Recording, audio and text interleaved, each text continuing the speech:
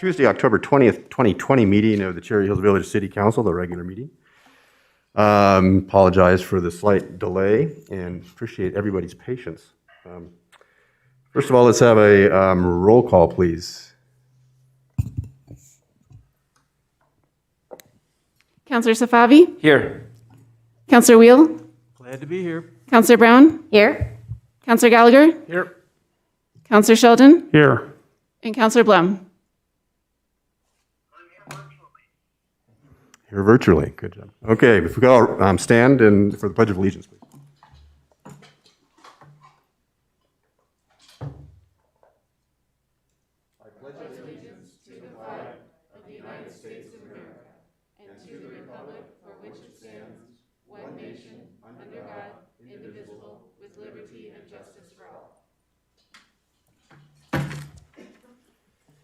Okay, now we'll move to the audience participation. So there is a sign-up sheet for anybody who would like to speak. And actually, if we could have the city manager is going to help me with the sign-up sheet.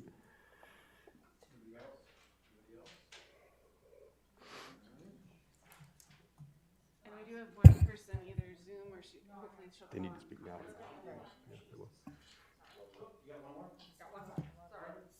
I didn't see it over there.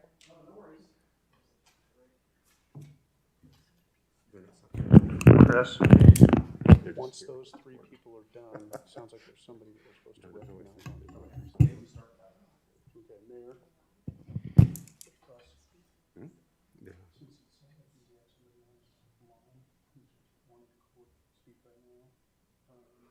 We should probably address them first, just get it done with. I don't know if she's called Okay. yet. Who is it? I'm Tracy James. Is M. Tracy James on the call with us right now?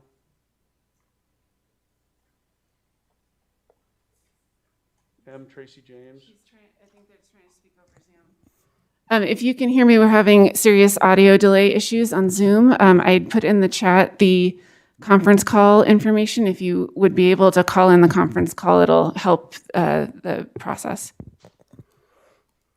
And you posted that?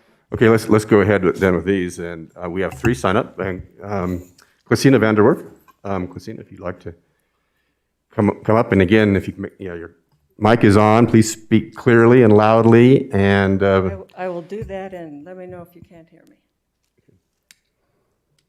Christina Vanderwerf, 5250 East Shenango Avenue.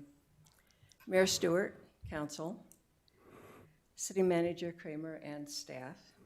Thanks for the opportunity to speak tonight about the Quincy Farm proposal that is before you. The impressions and insights that I have about Quincy Farm come from several experiences as a member of the Quincy Farm Committee, as a member of the Quincy Farm Visioning Committee, and as the council liaison for the process as Kat Anderson and her attorney, Melinda Beck, worked with Sidney Macy of the Conservation Fund to craft the conservation easement for Quincy Farm before it was deeded to the city. I'm not speaking as a member of any of those groups, I'm speaking as a citizen. I got to know Kat by sitting down to interview her for crier articles and for the history book. When I served on the city council, we had to do some belt tightening because of the recession. But by the time I left, the city's financial future was looking fairly secure. I understand this is not the case today. Today, the city has real concerns about how to retire our debt and how this will impact the general fund. I understand what a huge responsibility it is to solve these issues. I mention this because I want to point out that while finances enter into the decision the city makes about Quincy Farm, there are other considerations as well. The good news, and also the challenging news, about the city's ownership of Quincy Farm is the mandate that gives us to be responsive to citizens, to the taxpayers. And this same level of commitment to the community may not exist under private ownership. When the city council learned that Kat wanted to give Quincy Farm to the city, Everyone on council was very excited about adding to the city's open space. In fact, because of Quincy Farm's location and the opportunities we had, we referred to Quincy Farm as the jewel of the city. The programming that could take place would be the answer to our exclusion from South Suburban Parks and Recreation District, that we could provide programming that would be more relevant for our community. Natalie Anderson and her family, in general, have provided the city with a good proposal and one that is worth considering. As I look at this and at the wonderful collaborations that are called out here, I'm not concerned about Quincy Farm 1 year from now, 5 years from now, even 10. But I'm deeply concerned about it 25, 30, even 50 years into the future. I'm sure that things will be very different then from what they are now. For one thing, it is highly likely that there will be little or no affordable water available to Quincy Farm. We all know Denver Water is actively working to terminate the contracts that it has with Highline Canal users. And there are many studies that show how quickly the Laramie, Fox Hill, and Arapahoe aquifers are shrinking. The water from a Denver water tap may be all that there is for irrigating agricultural activities taking place on Quincy Farm. Quincy Farm will have a community-supported agriculture classification, and this could be lost if there's no water for agricultural activities. I doubt that hobby or educational farms will be a high priority for Denver Water when its resources are stressed beyond its capabilities. And without a CSA classification, the taxes on a privately held Quincy Farm could also become prohibitive. Further, 30 or 50 years from now, most of us, the people in this room, will be gone. It is easy to imagine a scenario where in a generation or two, the descendants of Ms. Anderson and her other family members will not be interested in offering educational opportunities or programming on Quincy Farm, nor will they be interested in maintaining it. So what happens then? Does the property get sold to another private owner who has no intention of serving the community in any way? Does it get abandoned, become an eyesore? Catherine Anderson made the decision to make the gift of Quincy Farm to the city. She probably had many reasons for doing so, but I suspect one of them was because she knew that the entity that is Cherry Hills Village would still be around in 50 years.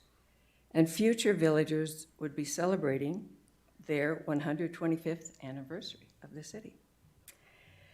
There are multiple outcomes the city could look at other than an outright transfer of Quincy Farm to a private owner. One could be a lease option, another might be to write into the transfer contract with the Anderson family that if at any time they decide they're no longer interested in providing programming on Quincy Farm, or if they're financially unable to afford maintenance on the property, ownership could either revert back to the city, or alternatively, the city would have the first right of refusal to buy the property back. I'm certain that if Ms. Anderson and her family are as committed to Quincy Farm as they indicate in their proposal, they will give the city time to think carefully about all of its options. When I served on what was then called the city's Parks and Trails Committee, a couple of other committee members and I walked all of the trails and looked at all the undeveloped links throughout the system. As we did so, we saw opportunities the city had lost or had not taken advantage of. And when that happened, we'd look at each other and we would say, someone was asleep at the switch. 50 years from now, I hope they're not saying that about us. Thank you for your comments, Quasina. Could you check with these folks for a second? Sure. Everyone on this telephone call, can you guys hear, did you hear that testimony? Not very clearly. Good. So for those of you who are going to get up and speak, try a little harder to get a little closer to the microphone. You don't need to speak super loudly, just every inch that you get away, it starts becoming less. Appreciate it, thank you. All right, next sign up is Eric Jamrich.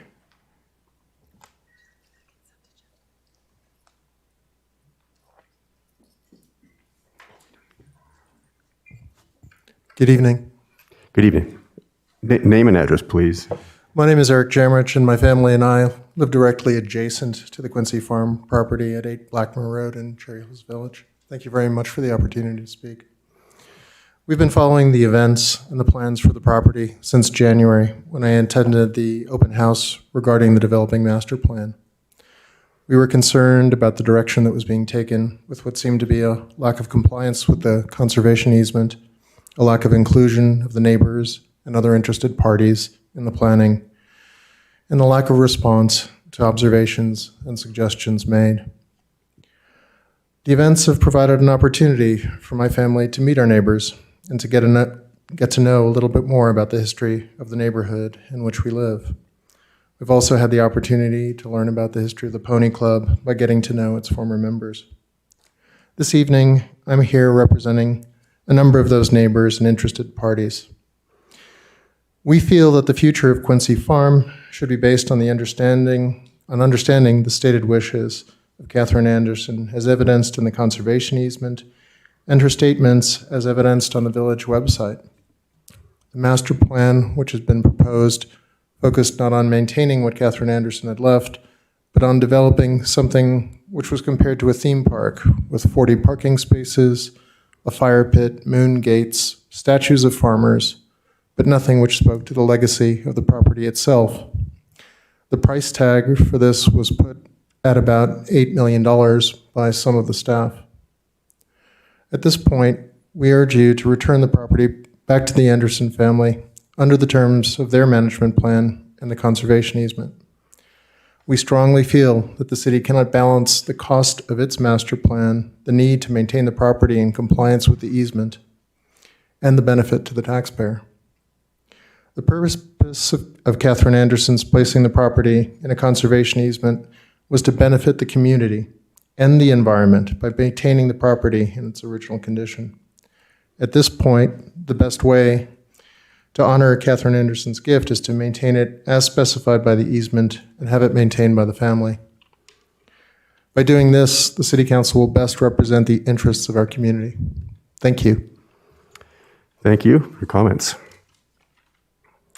Next in sign up is former Mayor Crispin.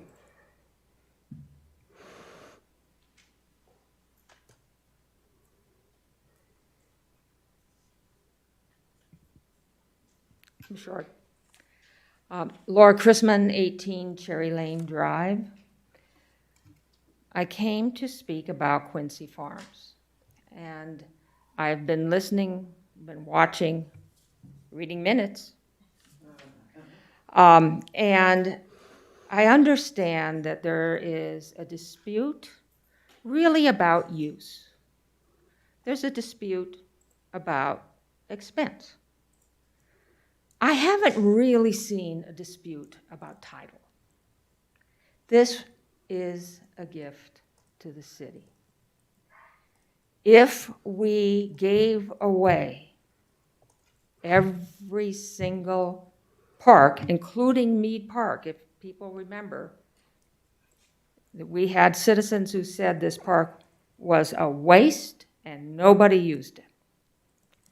If we gave our parks and trails away when we have a dispute and when we think things are expensive, we will not have any significant open space left in this city, and certainly no one will give us a gift of that. So here's my thought. The neighbors have a vision. The family has a vision. But what we don't know is what is the vision of this community. We are in a master planning process, which I understand has been delayed, and that's an appropriate thing to do. But no one has looked at this property from a viewpoint of what is the least expensive means of keeping this property? What is the, $8 million way of keeping this property? Where will the revenue come from? And if the revenue is used for Quincy Farms, what will it not be used for? Those are really important questions. If this village does not want this open space, which it will cost millions of dollars to replace in 25 years, the community should look at the options. I would suggest we look at how Mead Park was done, where there were boards and there were all kinds of different options. And as you all know, the east side of the property is open now. The public can access that if the village wants it to. So they could go on that part of the property and see what it is. And they could say, we would love to do a private-public partnership with the Anderson family, but we want to keep title, or we don't. Or if we do something with the Anderson family, we want these 5 things. That's what I think we should be doing as a community, is asking our community in the master planning process, where it will get vetted in Parks and Trails, it'll go through planning and zoning. If you guys were part of the master planning process back there, you'll realize there were several huge meetings at Kent, because it was the only place that could hold all these people. So I think there is a community interest in at least being part of the decision.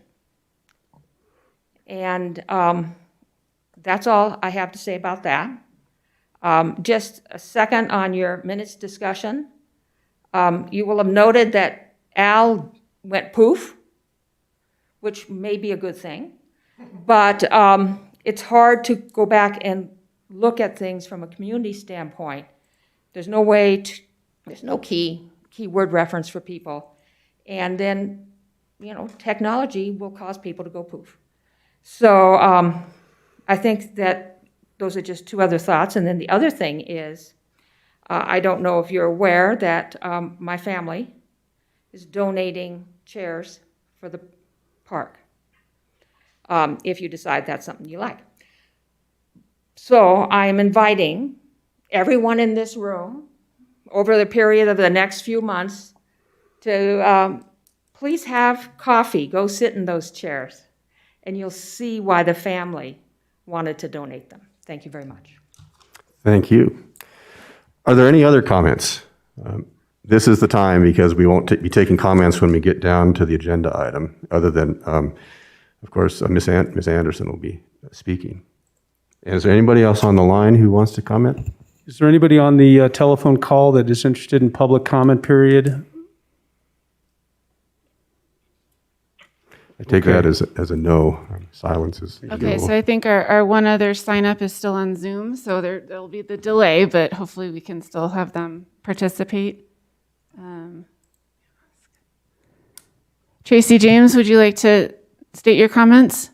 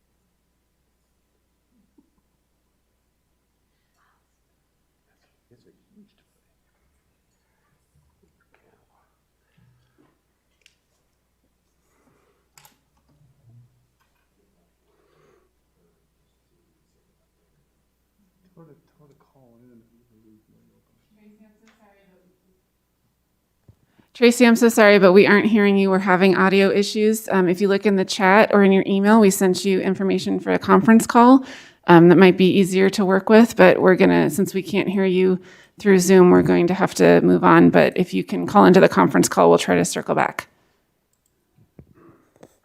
Okay.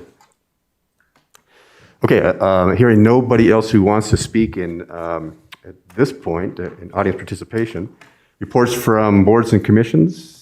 Don't see any hands. Next, consent agenda, and I know somebody wants to remove some items. Item 6C. Yes. Okay, so I move to approve the consent agenda except item 6C. All in favor? Aye. Okay, we'll take off item 6C for discussion.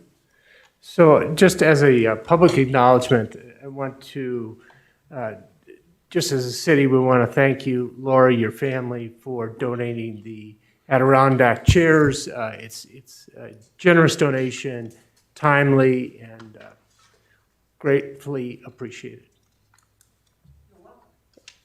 Item 6C was the donation of the chairs. That's Yeah, sorry. Sorry, we're Yeah. not talking in numbers. I move to approve Resolution 30, Series 2020, accepting a donation from former Mayor Laura Chrisman for 6 Adirondack chairs for the shelter at John Mead Park. Second. A second, all in favor? Aye.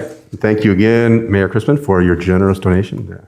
It'll be beautiful. I'll be the first one to be out there and try them out. All right, next,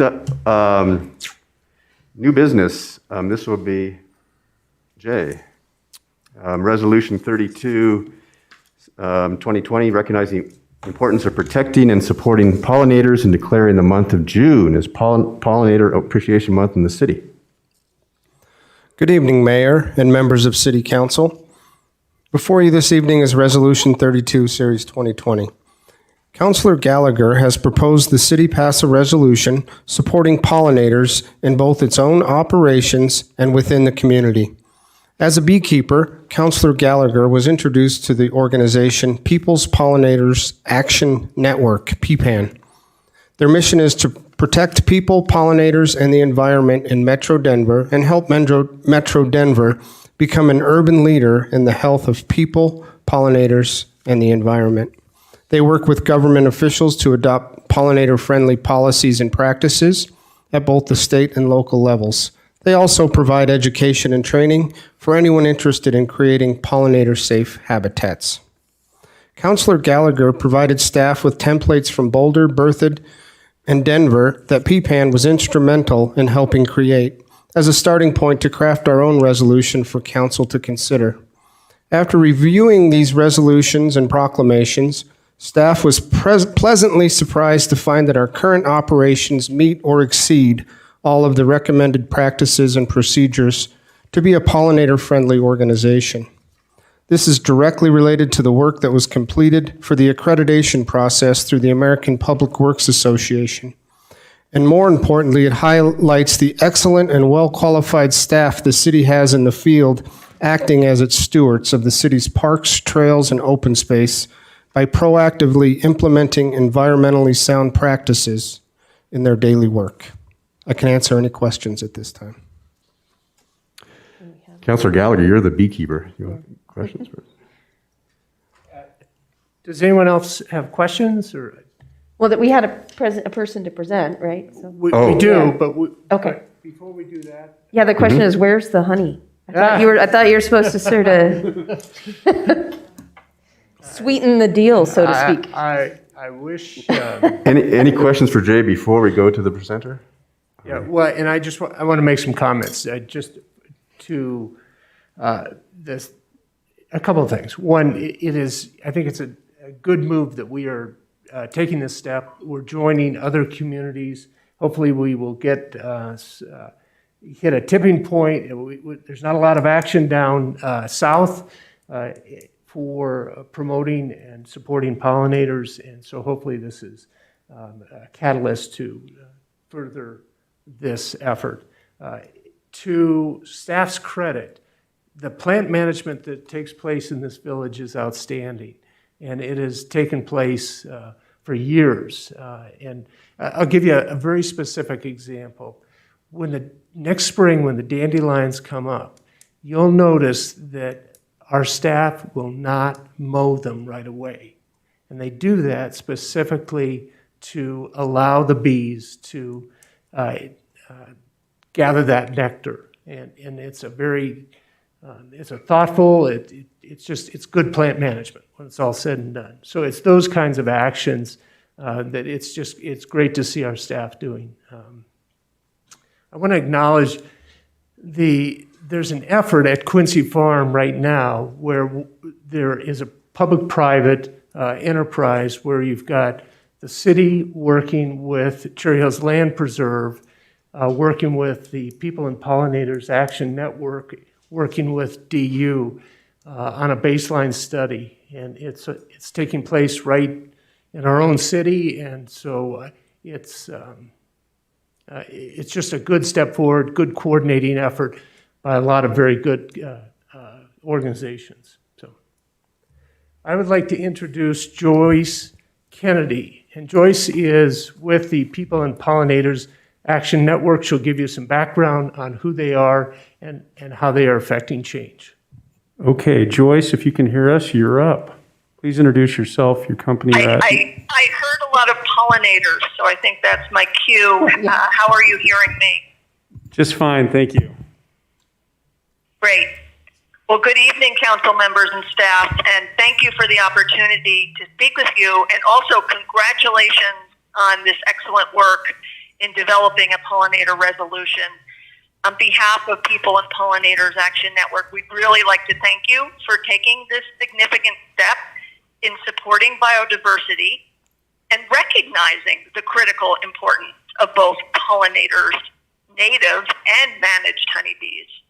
They support our agricultural systems, and they are vital keystone. They play a vital keystone role in sustaining our ecosystems. Honeybees were actually introduced to this country, and they play a significant role in agriculture as well as with native plants. However, there are many native pollinators, including over 900 native bees in Colorado alone. And with native pollinators and managed honeybees together, they are just instrumental in pollinating over 80% of our plants worldwide. A few words about People and Pollinators Action Network. We're a Colorado-based nonprofit, and we do advocacy work. We're working across the state to educate and improve policies to better protect pollinators, people, and biodiversity. We want to increase safe habitat, improve land management practices, and reduce pesticide use. And we're building strong relationships at the state and local level. And these are so important as we work to address the many threats to pollinator health. Just a few examples of the work we're doing and some of our actions. At the Colorado Capitol, we designated Colorado's first pollinator highway in partnership with CDOT and the legislature. Our requests to designate June as Colorado Pollinator Month have been granted by the governor. We've passed pollinator resolutions in 6 other Colorado communities. We co-host an annual Colorado Pollinator Summit that's coming up on November 5th this year. And we have pilot projects launched in 2 cities to transition parks to organic turf management. We would also like educating at the community level through our Pollinator Safe Communities program. And during the 2021 legislative session, we are hoping to run a special pollinator license plate. Pollinator services contribute over $24 billion to the U.S. economy, and healthy populations are vital to our food security, ecosystem health, and also the beauty of our state. Thus, also important for our economy and tourism. There is widespread concern over the decline of populations of pollinators resulting from the 3 main things being habitat loss, overuse of pesticides, and climate change. The good news is that this resolution creates a strong framework for the village to be a leader in pollinator protection and thereby creating a more resilient community. There are many simple actions that can be undertaken. The village can carefully consider how lands are managed, increasing pollinator-safe habitat by leaving wild areas, planting native plants, and by considering growing and purchasing practices to ensure that plants are safe and free from pesticides. And all residents can participate and take simple steps to create safe habitat and protect human health and water quality too. Really just by planting a variety of native flowers and not spraying unnecessary chemicals on lawns. The city can help to educate residents about this and model the sort of practices that they would like to see private residences take as well. Just to sum up, the indispensable role of pollinators is well understood, yet policies have often failed to recognize these services they provide and have failed to address the threats to pollinators. With the issuance of this resolution, Cherry Hills Village is highlighting ways to fill this type of policy gap and is joining with other cities in Colorado and across the country to call attention to the vital importance of pollinator health. And I thank you very much for your time. Thank you, Joyce. We appreciate it. We caught all that. It was very well said. Thanks again.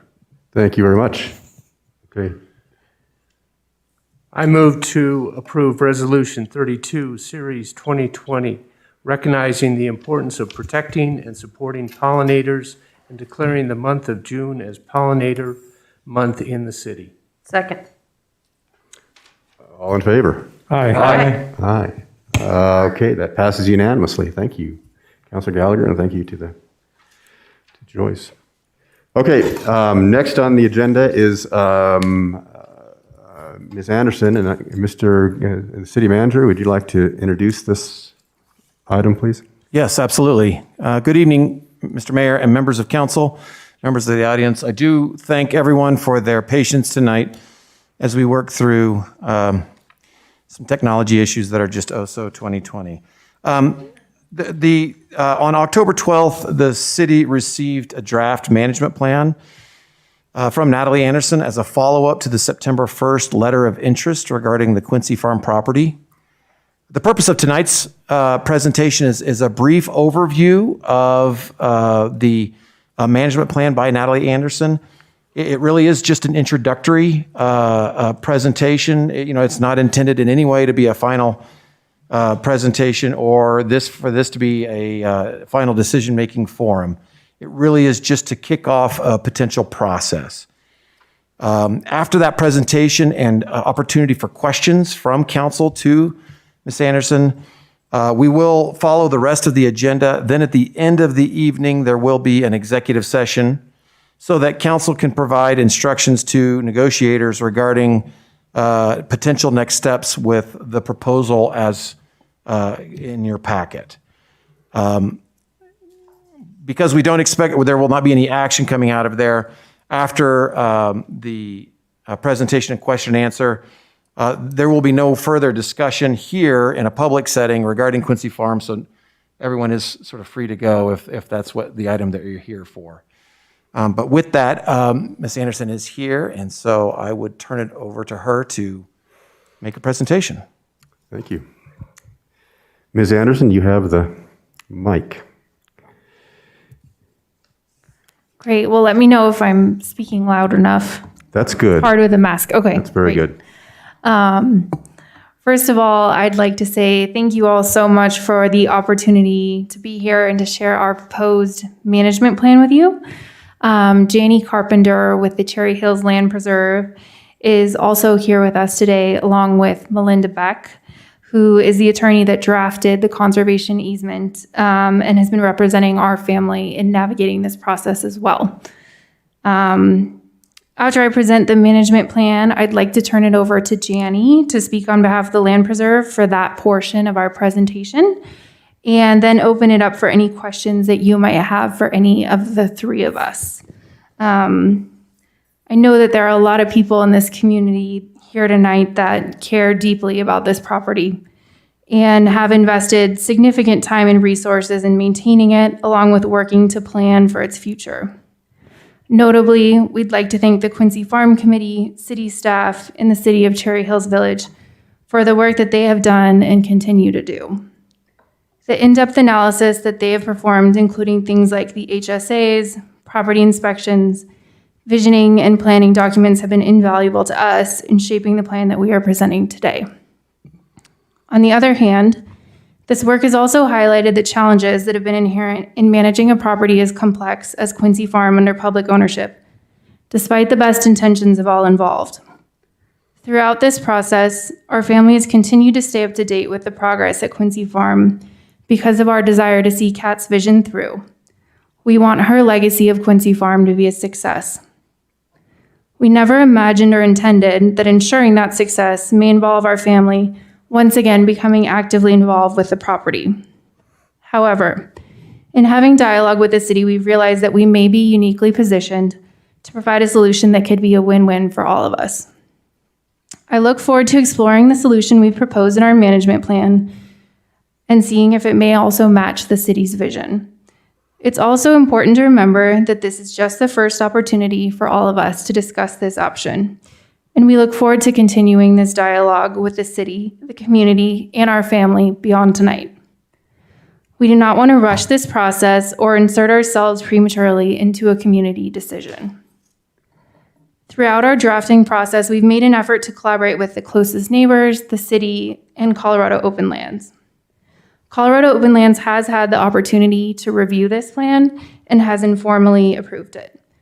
In seeking feedback from the closest neighbors, we also found that they were very supportive of this plan, and we've included their letters of support and names along with the plan. Because you've all hopefully had a chance to review the plan, I'd like to focus on the overarching themes contained in our proposal and address some of the important questions that may not be contained in the document itself, and then leave time for questions at the end. After listening carefully to the community feedback over the last year, we heard a clear desire that the farm continue to be a farm. We believe having a sustainable, organic, functioning farm, complete with animals, in the heart of a suburban area provides a wonderful asset that would be unique to the village and promote its rural character and history. We also believe that this would be a significant public benefit and would provide a variety of opportunities for the public to visit and interact with Quincy Farm in meaningful ways that are also consistent with the easement. We landed on the CSA model because we feel that this community-based model would be a great pillar around which to build an educational curriculum and programming for children. For example, there could be opportunities for people of all ages to learn about composting, beekeeping, animal care, and sustainable farming.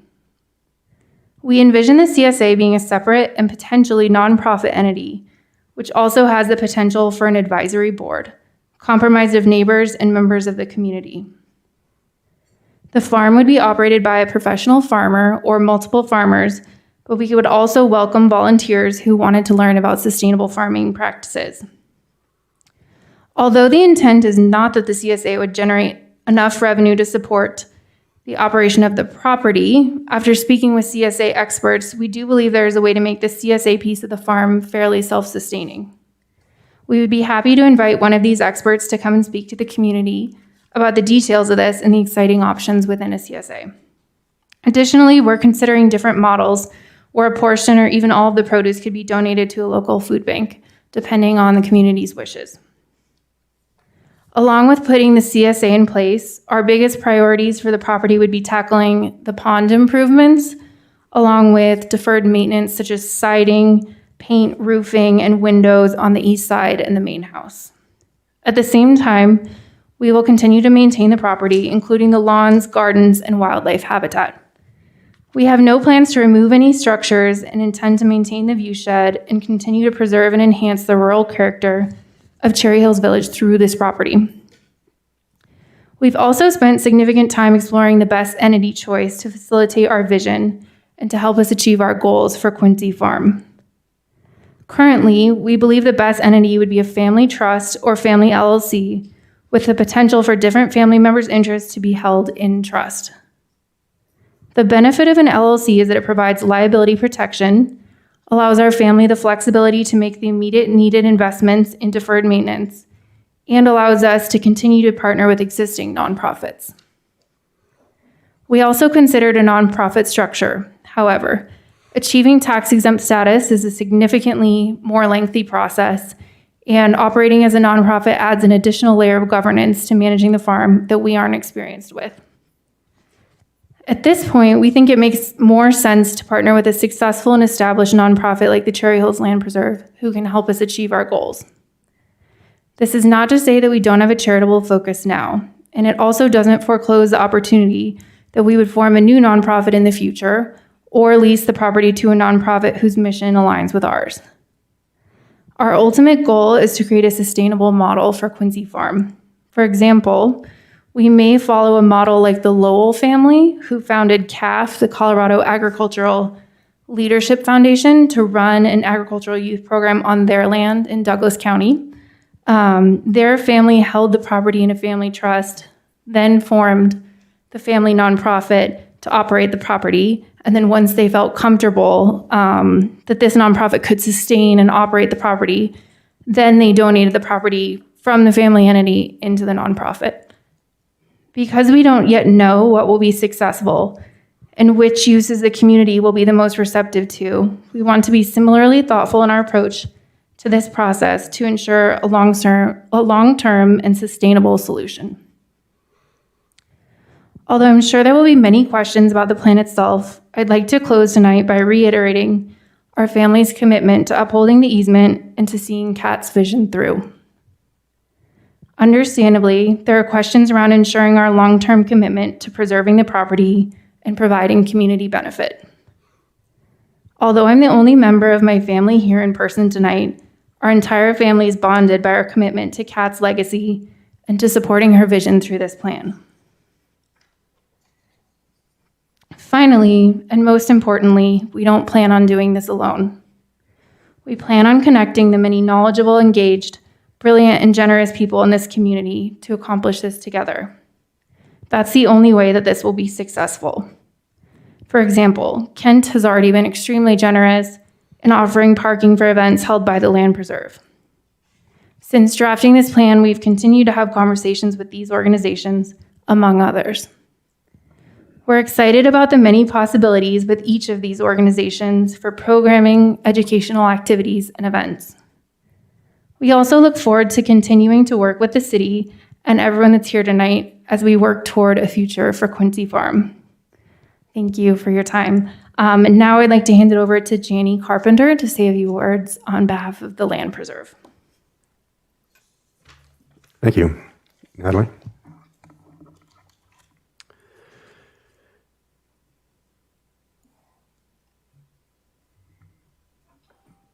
Hi, everybody. Can you hear me? That's great. Thank you. Up Good close. Good evening, members of City Council and staff. My name is Janie Carpenter, and I reside at 9 Random Road. I am also here as board president of the Cherry Hills Land Preserve, a local land conservation and education nonprofit established in 2005. As Natalie noted, I am here today because, as part of her proposal, Natalie has asked the Cherry Hills Land Preserve to partner with her family to provide education programs, volunteer learning opportunities, and targeted fundraising to ensure continued community access and community conservation benefits from Quincy Farm should the title transfer. On page 12 of the draft management plan you have in your packets, she has included a draft collaboration memo that I outlined, and plus our preliminary draft calendar of events of programs for 2021 as an example of the types of programs we do. The Cherry Hills Land Preserve strongly supports the goals of the Quincy Farm Conservation Easement, right? As many of us in this room do. And we believe this property has tremendous benefit for our community as protected open space as a historic Colorado farm and as natural wildlife habitat in the heart of our village. We also believe the conservation easement specifies additional community benefits, like of educational community engagement with the property to inspire others and share its conservation values. That's part of, we believe, we see as Kat Anderson's legacy with this property and her goals, as outlined in the conservation easement.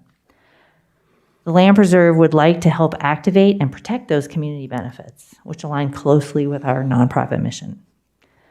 We believe a well-designed partnership between the Anderson family and the Land Preserve as a community nonprofit can create long-term benefit for our community. As described in the plan, CHLP roles might include or would include providing a robust calendar of environmental education programs and volunteer opportunities, including volunteer days on the farm, using our community grants program to support local conservation action and research on the farm by schools and nonprofits, and to fund access for underserved youth via our partners like Denver Audubon. Thirdly, we would raise private donations and grants to fund our education programs at the farm and to also help enhance those conservation assets on the property, like that provide public benefit, like habitat restoration and wetlands restoration around the pond, for example, which provides benefit to anybody using the Highline Canal. The pastures provide beautiful benefit to anybody walking along Quincy, and making sure those maintain the natural habitat goals as specified in the conservation easement. We believe an MOU with the Land Preserve would signal the family's intention to allow ongoing community benefit and limited access, and it would also facilitate the Land Preserve's ability to raise funds for these programs and to grow appropriately, and use Quincy Farm as a hub for education programs and conservation programs.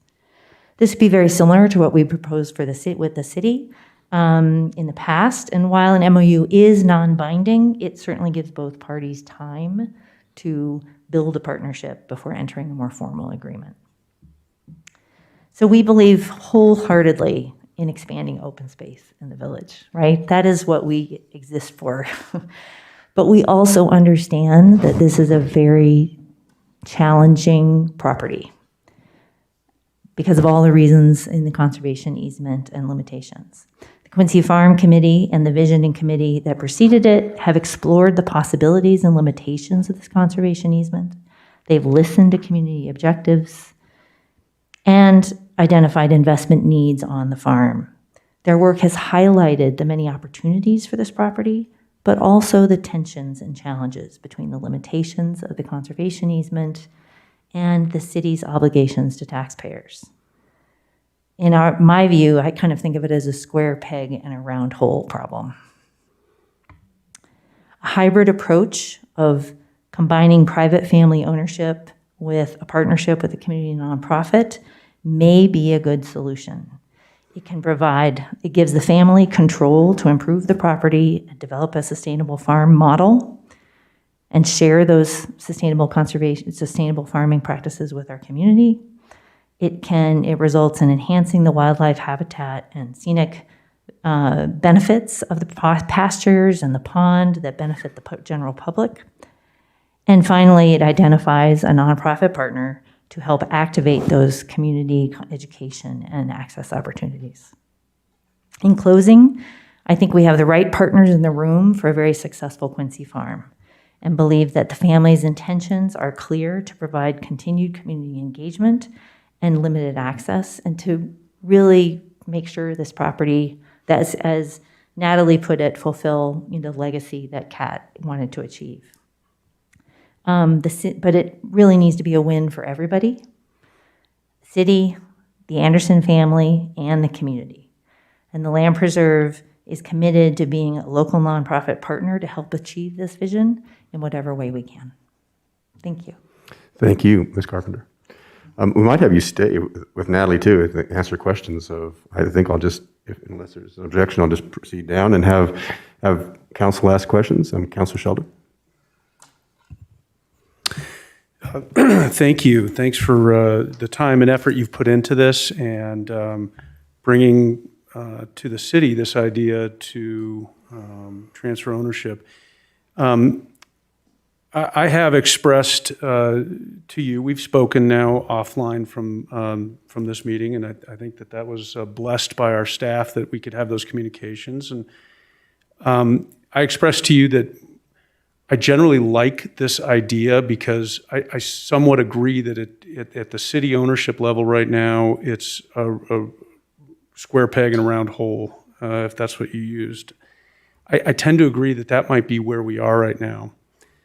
We're struggling a little bit with the project. We have spent years and years now trying to cultivate and figure out what to do with it and how to manage it and how to implement it and how to get it going. And we're not nowhere, but it's taken us a while to get to where we are, and we still don't really have our plans solidified and have entire community buy-in.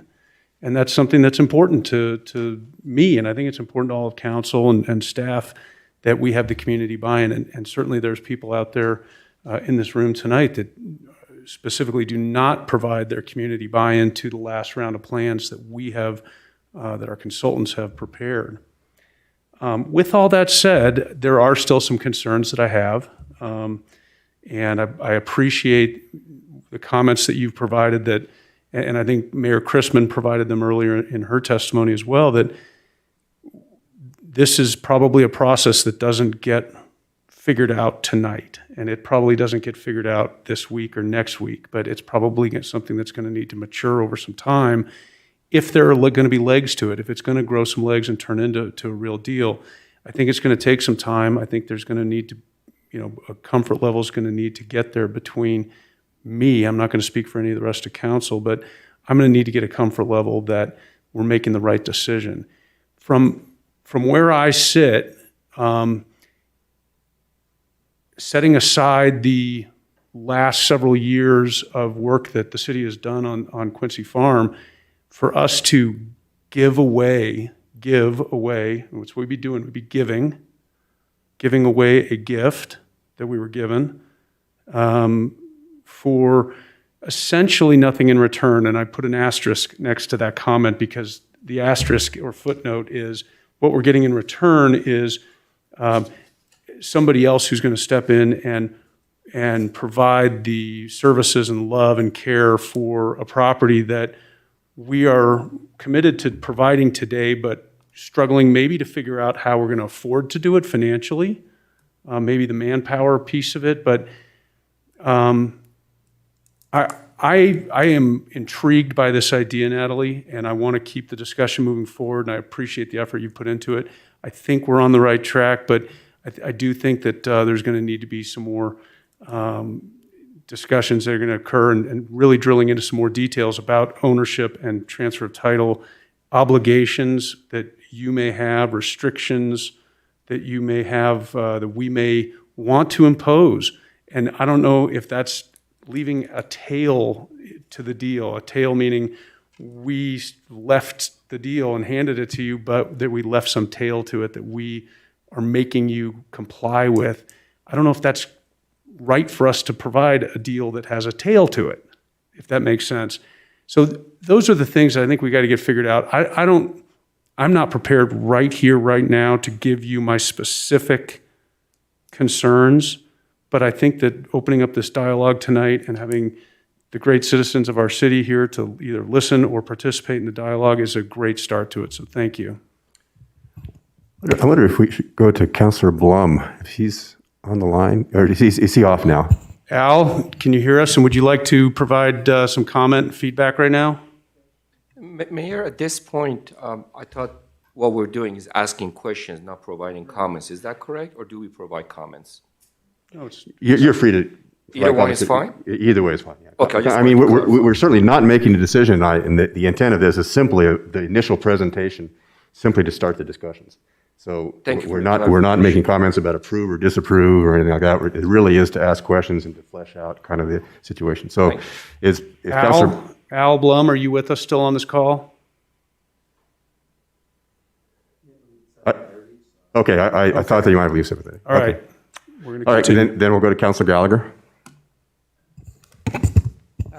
Natalie and Jenny, thank you for your good work, the effort you put into this. It's obviously you put a lot of hard work into this, and we appreciate it. And a question for you, Natalie, would be, what do you see as your vision for communicating this to our community, and how are we going to get community input? Have you thought about that? Yeah, I think that's a great question. I think this stage is really important in people feeling like they have had a voice in this decision and they've had input and everyone feels really good about it. That's a priority for me. I want people to feel like this is a win-win going into it. I think there still needs to be a lot of communication and community outreach in terms of helping people understand what this means and how they can continue to access the programming with the land preserve, continue to enjoy the property, and hopefully build, I think, a relationship between people and the property. I think that's really important for the long-term sustainability of the property. So I think that's a great question, and I think that's something that should really be a focus at every stage of this. Yeah, it seems that it's going to take some time, and there'll be iterations of communication because your plan is developing at this time. So it's going to change, and land preserve's involvement will change over time. So just from a communication standpoint, I think that's really important for our community. Councilor Brown? So I too would like to thank you. I know this represents a lot of work, and having been involved, with the city for as long as I have, and we're all volunteers, and in particular, you're volunteering your time, so I do really appreciate it. As has been said by other people, as Councilor Sheldon mentioned, this is a multi-million-dollar asset that currently belongs to the people of Cherry Hills Village. It was gifted very generously by your grandmother. And our responsibility, actually I would say it even our duty as the council to the citizens of Cherry Hills is to act as the stewards of those amenities. So clearly, this is not a decision that can be entered into lightly or quickly or without input from the community, and frankly, without having any other interested parties having an opportunity to present perhaps their vision. The reason that this property has been so challenging and the reason it has been a struggle since I started serving on the visioning committee, however long ago that was, is particularly because the city is accountable to the people. We have to be. That's why it's hard. If it were owned by private citizens, we could do whatever we wanted within the realm of the conservation easement, and no one, neighbors or otherwise, could have anything to say about it. So, I want to remind everyone in the room that the reason that this is difficult is specifically because we are accountable, we are listening, and we're trying to resolve the various perspectives that have emerged over the last 8 years of imagining the potential for this property. So it is a challenge. It would be much easier if we could just say, this is it, we're done. So with that being said, there were a couple things in your documents that I wanted to ask about. I was reading over the letter that you presented, and I know you gave this to us a while ago, and I don't know why it caught me just now, but in the first sentence of the third paragraph, you graciously thanked the city, so thank you for that. But you mentioned that the city approached your family, and I was under the impression that it was the other way around. And so I was hoping you could clarify, who from the city approached you about the city giving you the property. Sure. So I think there's been a lot of dialogue. I've been really involved with this process, and I've seen the challenges.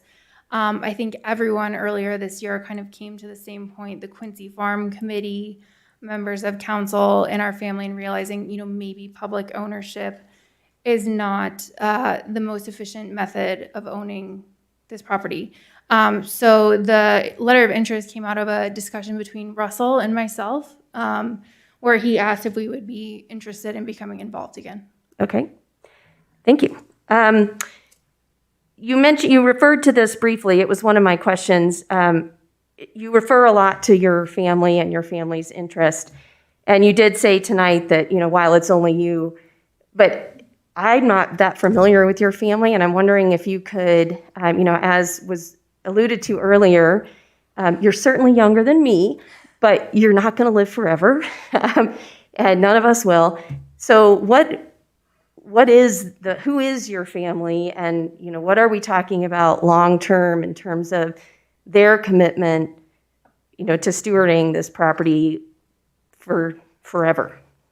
Sure. So when I reference the family, it's referencing Kat's kids. She had 7 boys. There are 4 that are left. So those are my uncles and my dad. They have all been very involved in this process, the management, planning process, having conversations with them.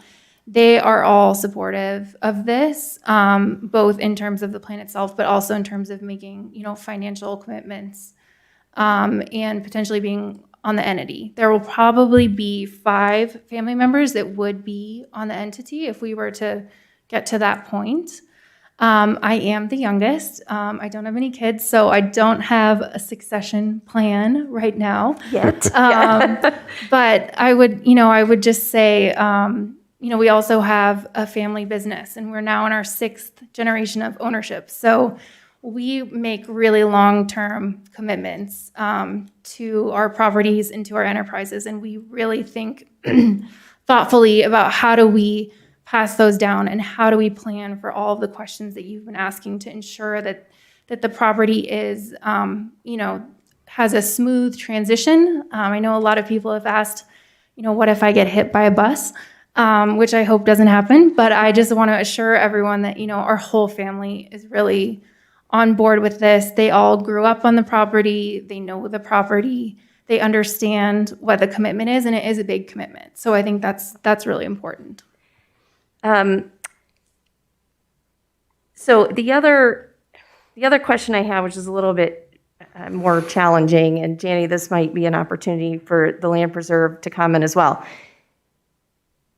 Back in the visioning committee, the vision, as I understood it forever, for how this process would work, is that the city, once the city took ownership of the property, which at that point was at some undetermined point in the future, would consult with the community, get community input, decide on a vision for a specific vision, because we had a broad vision, decide on a specific vision of what that would be, and that then we would go find nonprofits to partner with.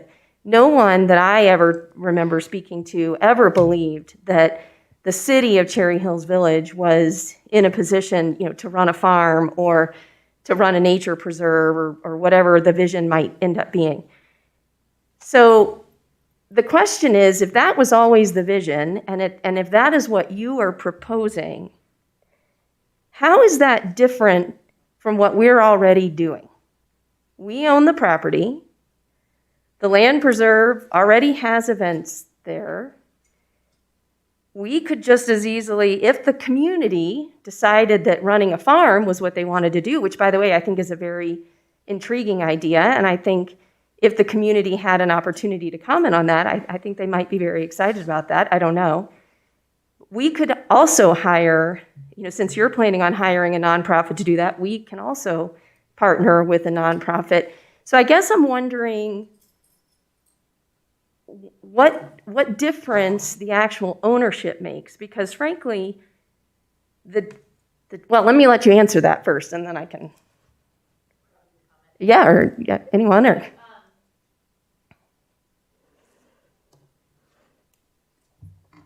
I think that's a great question, Katie. I cannot share any insight to what the original vision was through the visioning committee and everything, because I did not serve on that committee. And I've been part of the land reserve for a long time, but I did not participate in those processes, and I've never served on the Quincy Farm Committee either. You know, is it possible for the city to own Quincy Farm and manage it? Yes, it is possible. I think one of the, the way I think about it is, you can have a great idea and business model to run this as a social enterprise, basically, right? Should have access to philanthropic funding, investment capital, but not being run for profit, being run for environmental and community benefit, right? And so it is, that the business operations are possible really under any ownership, but it's really important to get the ownership and governance aligned with the mission of the organization and making sure it has access to the resources it needs. That would include funding sources, funding sources, talent, or partners that it needs. And so, yes, it's possible for the city to own it and create a similar structure. However, there are some challenges that it also raises. The tensions between the city's obligations to taxpayers and using money that for competing priorities on a property that has such limitations on uses. I think that sort of always will create a tension. Maybe those can be resolved, but it certainly sort of sets you up for that kind of conflict, right? And so, yes, it's possible. I think the real question is how do we design the best possible structure to achieve the goals for this property? Certainly. Let me clarify that a little bit then. Yes, that is the challenge. The financial challenge is really primarily related to improvements. We knew, I wasn't on council at the time. The city representatives knew at the time the gift was made that there was a cost associated with what I will call general maintenance that really has to be done, mowing the lawns and watering and et cetera. And we've been doing that, and I think that the city financially is absolutely in a position to continue to do that. Where the discord came is in major capital improvements, for example, installing the sewer system, replacing the septic system with a sewer system, when the house isn't going to be used by anyone, potentially, or by very few people. That work might not have needed to be done, and it was very expensive. Fortunately, it was done through a grant. That's still taxpayer money. It's done through an Arapahoe County grant, so everyone in the room still paid for it. But those kinds of major capital expenses are difficult, at least for me, to justify when the public can't benefit from it. Right. That's not to say that if we partnered with a nonprofit organization, that they couldn't raise charitable contributions to serve whatever their own purpose is. If they want to run a nature preserve out of the main house, which has been discussed, in previous ideas, it's possible that they could finance that. It's possible that they could get other grants. The city ownership also provides grant opportunities that aren't available to private entities and private foundations, like Arapahoe County or GOCO or other things. So I think that a public-private partnership kind of gives you the best of all worlds.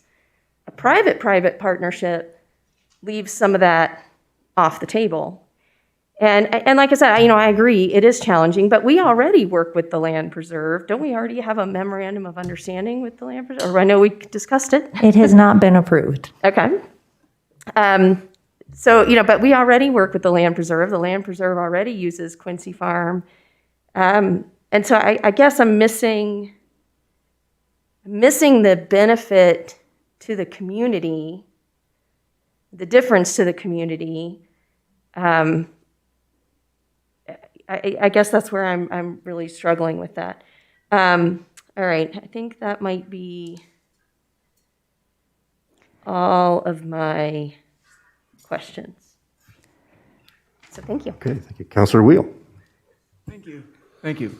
I think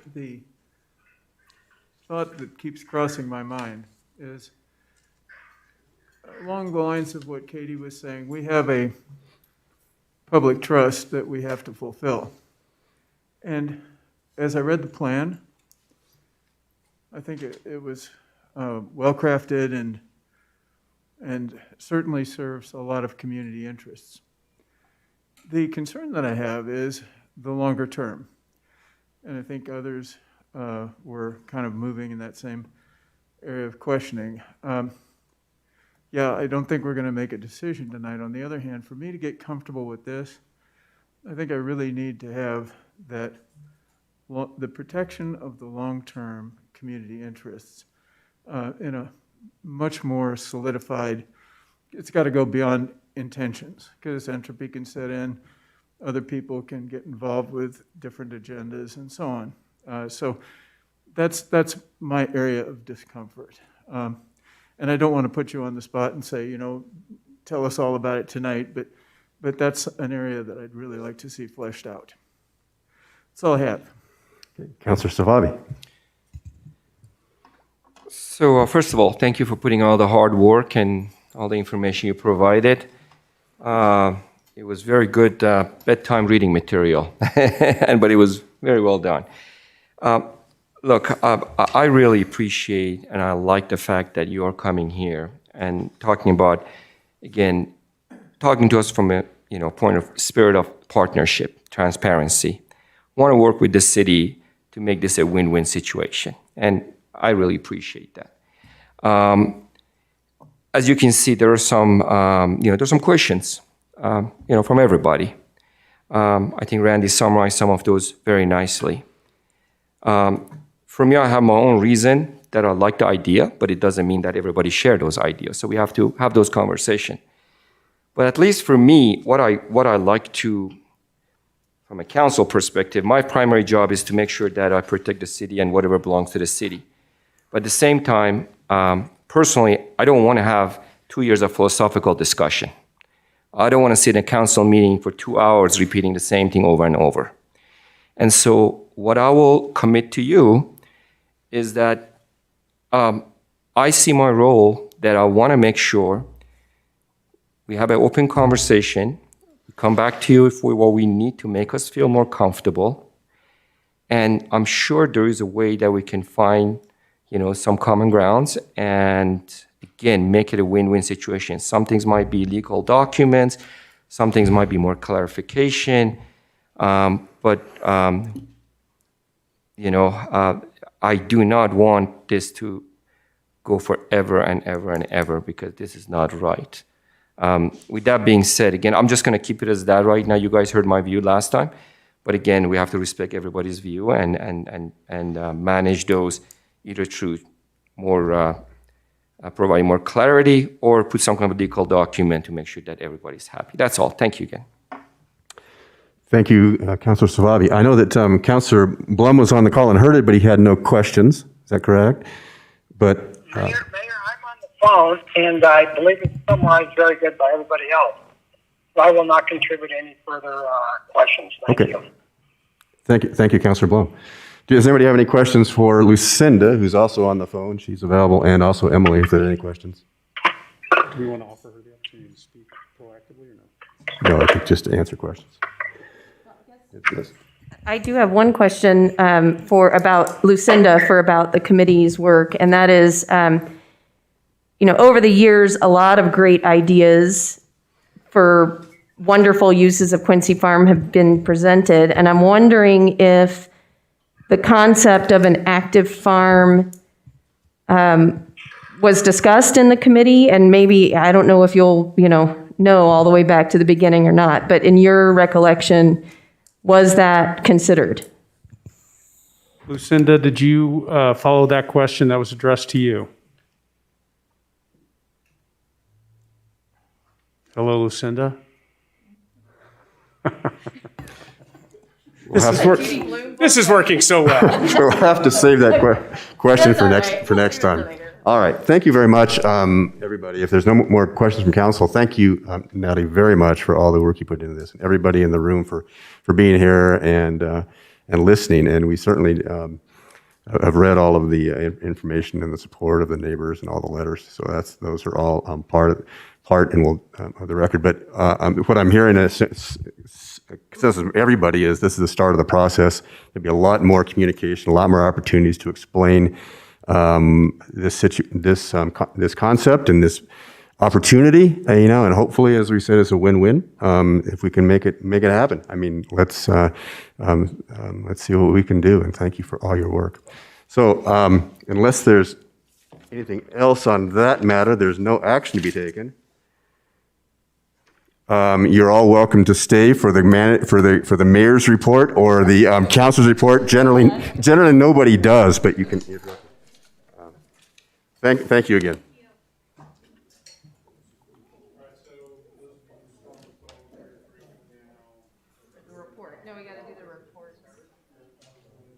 No, we're doing the reports first. Did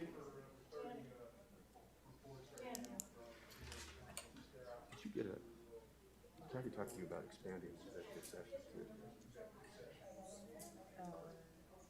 We'll ask her. She wanted to. She wanted to talk about the trail property theory. Oh, city bylaws. That's okay, good. That's it.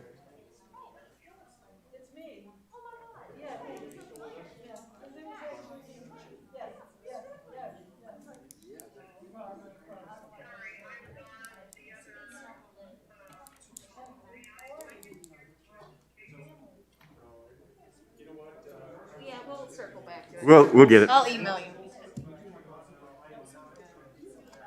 Good question, huh? I don't think we ever did. I don't think we ever thought it was. Well, I know it never came up with this one. The consultant never.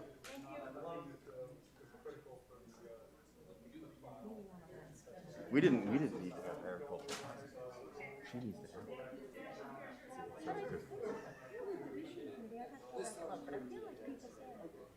Well, maybe not. Maybe we didn't talk about that. We were just talking about that.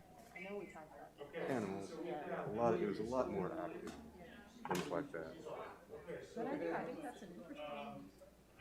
I think it's cool. I mean, vegetables. They have 5 acres. You can grow a lot on 5 acres. And she hasn't. We know somebody who knows somebody who can do that. Somebody used to do it. We could grow pumpkins. I could grow 5 acres of pumpkins. We could give a pumpkin to everybody in the room. All right, you ready? No, thank you, Councilor Sheldon. Thank you. I'm exhausted now from holding it up. Thank you for that, Councilor Sheldon. We really appreciate it. Mayor's report. I'll be brief, but I wanted to highlight some things so people know what I've been doing. We had after the last meeting, we had a call with the city manager, and I had a call with Denver Water that talked about how the Highline contracts and transition issues, Three Pond Park, and other things. It was very productive, and basically they are putting their issue on hold, basically knowing that this Natalie's proposal kind of put everything else on hold. So they'd like to negotiate with somebody to talk about what they can do for water for the property.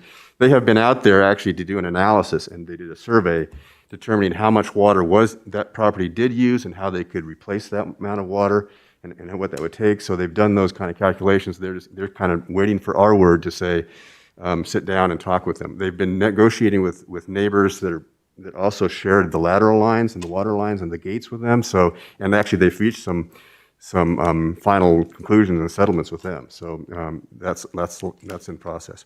Very good conversation with Tom Rood and I can't remember the woman's name, Amy, and then also Russell, who's the other guy. So that's very good news. We also met with I watched and participated in the Bellevue I-25 interchange presentation.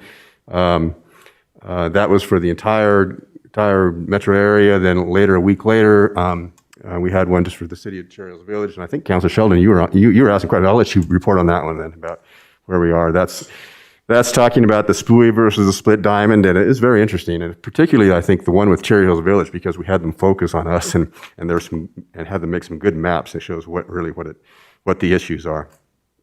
Had the Metro Mayor's Caucus that I attended, and of course the discussion there now is always on COVID and what's going on. Also some about, they're doing trick-or-treating and, kind of advice to how to be safe trick-or-treaters. We could look at that if we think maybe a city manager, I don't know if we want to push anything out, it wouldn't take any kind of action of council or anything, it's just some other kind of information that they have circulated and I can pass on along to you and see if we might want to put it out there for our community. Well, it's, don't, limit the size of groups, kind of simple stuff, use hand sanitizer and wear masks. We're going to be passing along quite a bit of COVID information from the county and Tri-County. They've asked us to be ask all the jurisdictions to be a strong communication partner to try and get the word out that the numbers are trending in the wrong direction. So we will take anything that folks have that, especially from organizations that are our partners, that we can pass along. We also had a CML policy committee meeting followed by an executive committee meeting, I guess, and I will be reporting probably on my mayor's report in December on the issues there. But the important ones are Greenwood Village, and because Greenwood Village had two. One, they wanted CML to support changes, as you probably know, Chief, on limits of liability, defining contact, and other kind. Working with that. That's coming anyway because there's lots of legislators who want to be presenting bills to amend and fix, that legislation. So we're really on board with that, but they're going to kick it off to December for more kind of firm, where we want to, if CML itself wants to push a particular legislation rather than just joining on somebody else's.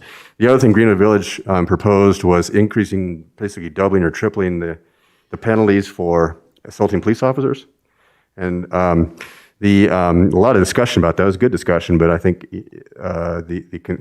the decision was not to pursue that at the time because, one, it was dead on arrival because it's not going to pass, and also because it detracts from the real important stuff. There's real concern, especially among the small communities in Colorado, of losing police officers and not getting people because of these liability issues. They want to fix those things first. And the sheriffs and the police are not really pushing increases in they haven't come forward with that increases in the penalties. And, until they do, I think CML is just going to stand back and say, we support the police and everything, but we're not going to be out front on this issue. We'll wait and see take the lead from the police and sheriffs in the state. But I can report more on that later. The executive committee then approved that as well. Had lunch with, Mayor Lance Olson and Biter Fleur and Pico.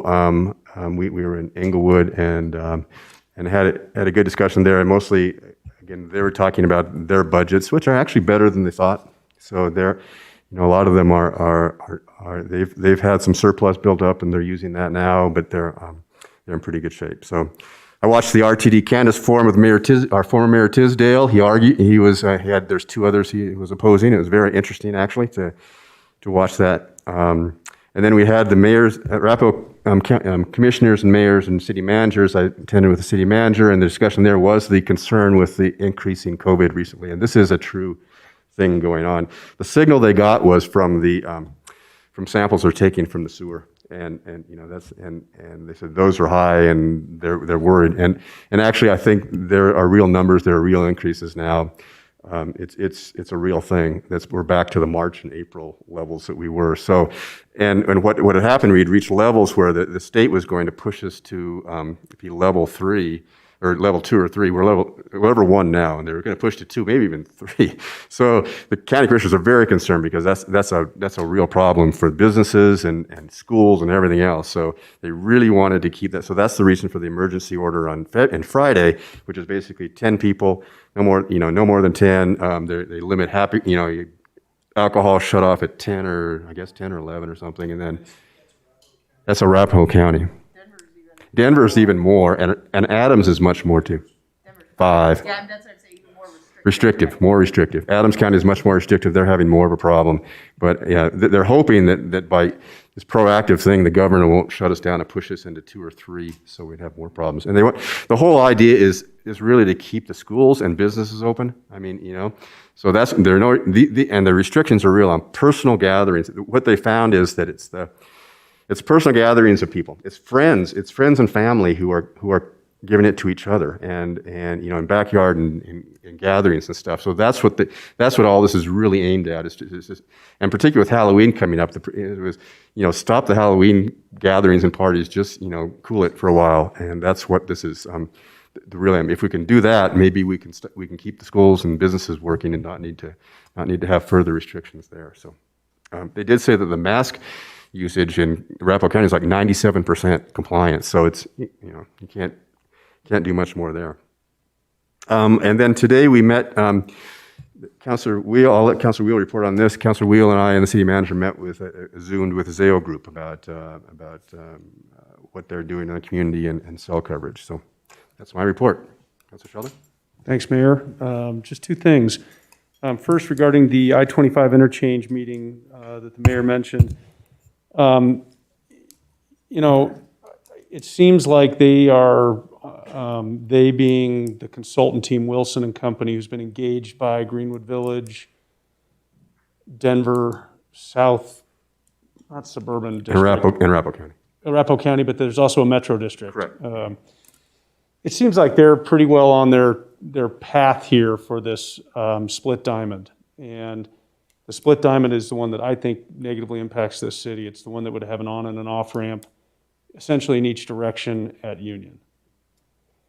And when I questioned, after they made their presentation, they opened it up for questions. And, I suppose I understand them not wanting to have an open dialogue with people verbally speaking their questions or on video. So they limited it to a chat forum. And it's real hard to get emotions and, carrying thoughts through in a chat. But I asked them, I said, are your numbers accurate? Have you done a peer review of your numbers? Because they're still showing, if you recall last time when they came in front of us, they showed these numbers that were so hard to believe, like single-digit vehicles that were leaving the highway and going to be coming down Quincy as a result of the Union Bridge opening up with intersections. Single digits? Really? Still seems unfathomable. They've increased them a little bit. I think they were 21 during peak hours or something like that now. Is that about right? Were you on it? No, but no, that was total trips, not newly generated. Newly generated, it was ridiculously low. Anyway, it still seems real hard to fathom that these numbers can be real, but they did say, yes, we've had our internal look at it, and this external company has looked at it, and our traffic engineers from the city and the county and everyone else. Anyway, the sense that I'm feeling, and I'm really disappointed to say this, is that the train has kind of left the station. It seems like this is a fait accompli. I hope I'm wrong. Well, let me just add to that some thoughts about Denver isn't on board, and if Denver's not on board, they're concerned about Union, about what it would do to the atmosphere. Their Bellevue station. I mean, it's going to make them an off ramp right there. So Denver's not on board yet, and we'll have to see where that goes. The other thing to note is, as I talked to Chris, all those numbers they're talking about they're just talking about the differences in 2040 about what the levels are going to be. They aren't talking about the increases that are going to happen anyway. So none of that number appeared. So we're going to have a much greater increase. Like the do nothing, that's the do nothing in 40. Well, it's going to be a lot more than now. They don't give that number, but there's going to be a lot more traffic coming regardless, even in the do nothing plan, to our community and the cut through. So they're talking about, just incremental changes in 2040 versus do nothing, split diamond, spooey. That's all true. There may be, and they're saying, well, there's not really much difference in any at all. The fact is, we're going to have a lot more traffic just as a matter of increased traffic generally in the next the development that's still going but on at do Bellevue they have Station. but I guess that's the question for me is, we've always talked about it. We're not developing anything. So where is all of the development that they're imagining is going to, if we do nothing, where are all those people going? Bellevue Station. Yeah. But then they'll end right there and they won't come to us. Well, that's why they're saying these numbers are so low. But so I guess that's the question is, because what I think I heard Russell just saying was that their prediction is that do nothing in 2040 is going to be way more traffic than what we've got now. And I guess my question is why? I don't. Oh, because we're just, go ahead, Chris. So I was going to have this on my report, so I'll get this item off my report now since we're having such a good discussion about it. I had an opportunity to have a lot of offline discussions with the modeler specifically about this. They were trying to improve, to their credit, they were trying to improve the messaging from when they came to present to you. Because as they expressed to me, they didn't quite know what to do with the idea that they gave modeling information based on a whole bunch of Dr. Cog data that is, reviewed and generally agreed upon in the industry, for council to then basically respond, and I'm paraphrasing, and they were not upset by it, they just wanted to know how to improve their messaging. The response they got from council was, "We don't believe you." I think they wanted to know how to talk about that better. And they did try and make a point in the presentation the other night, compared to when they presented to you. They did acknowledge that there will be an increase in traffic on, for example, Happy Canyon. They did try and talk about that. They were trying to zero in on the idea that the difference between the alternatives was not very great. In fact, if you actually looked at that one slide that broke down the difference between the split diamond and the spooey on the intersection of Happy Canyon and Quincy, it actually showed a reduction in Happy Canyon traffic. It showed the split diamond was slightly that's right. better. So I certainly challenged that with them. I said, I think that's just not going to sound or feel right for a lot of our residents. And so I talked to them about what next steps for this may be. And underlying this, I will just give council a heads up. The mayor is absolutely correct. Denver is not at all there yet. There is a ways to go on this process. And they don't have the money. Yeah, they don't have any money. The funding is. But I should note about that issue, about the money, the split diamond is easily chunkable. They can say, you know what, we're going to do the northeast corner this year. That's right. And then 3 years from now, we'll do the southwest corner. That's exactly right. That's right. So if that is the direction, if that is the alternative they go with, which is the one that adversely impacts the city, it's much easier for them to say yes to that now because it's a deal they can play out over 10 years. I think they said it had greater modular advantages, is the way they phrased it. So Well, that's good. that sounds so easy and smooth, right? What I would recommend to city council, though, is based on my interactions with them offline, I was thrilled that we got the Cherry Hills Village specific outreach.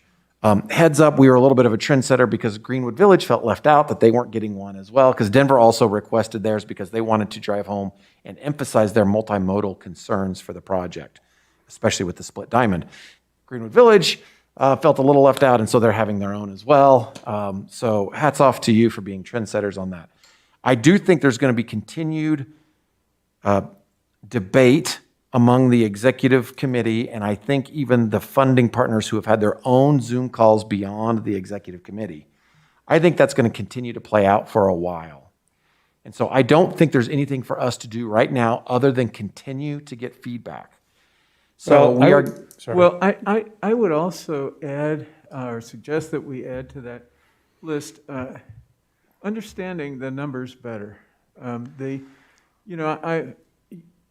I certainly share Dan's point about chat is not a great way to have a dialogue. Sure.